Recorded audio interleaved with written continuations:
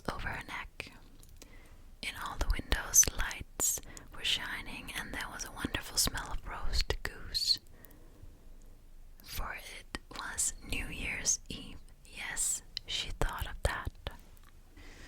In a corner, formed by two houses, one of which projected farther out into the street than the other, she sat down and drew up her little feet under her.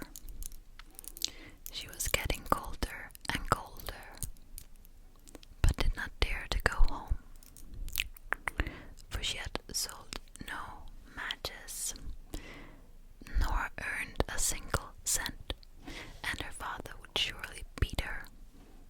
Besides, it was cold at home, for they had nothing over them but a roof through which the wind whistled, even though the biggest cracks had been stuffed with straw and rags.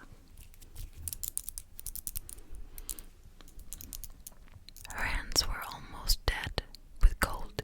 Oh, how much one little match might warm her, if she could only take one from the box and rub it against the wall and warm her hands. She drew one out. Whoosh! How it sputtered and burned. It made a warm, bright flame, like a little candle, as she held her hands over it, but it gave a strange light.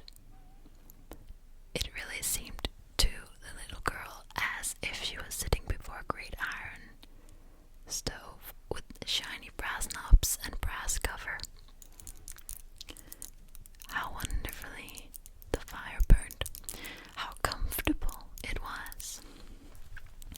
The youngster stretched out her feet to warm them too.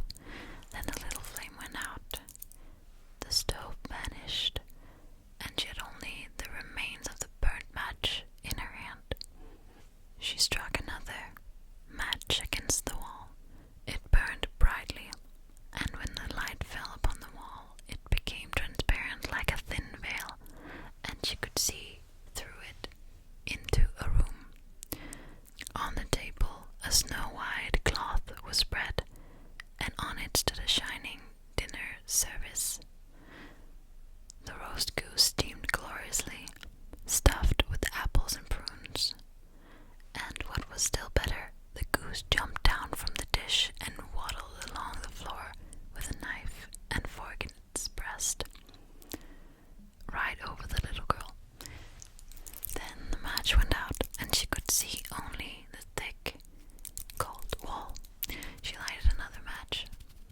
Then she was sitting under the most beautiful Christmas tree. It was much larger and much more beautiful than the one she had seen last Christmas through the glass door at the rich merchant's house. Thousands of candles burned on the green branches, and colored pictures like those in the print shops looked down at her. The little girl reached both her hands towards them. Then the match went out, but the Christmas lights mounted higher. She saw them now as bright stars in the sky. One of them fell down, forming a long line of fire. Now someone is dying, thought the little girl, for her old grandmother, the only person who had loved her, and who was now dead, had told her that when a star fell down, a soul went up to God. She rubbed another match against the wall. It became bright again, and in the glow, the old grandmother stood clear and shining, kind and lovely. "Grandmother," cried the child, "oh, take me with you. I know you will disappear when the match is burned out.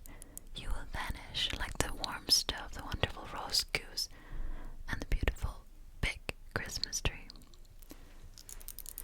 And she quickly struck the whole bundle of matches, for she wished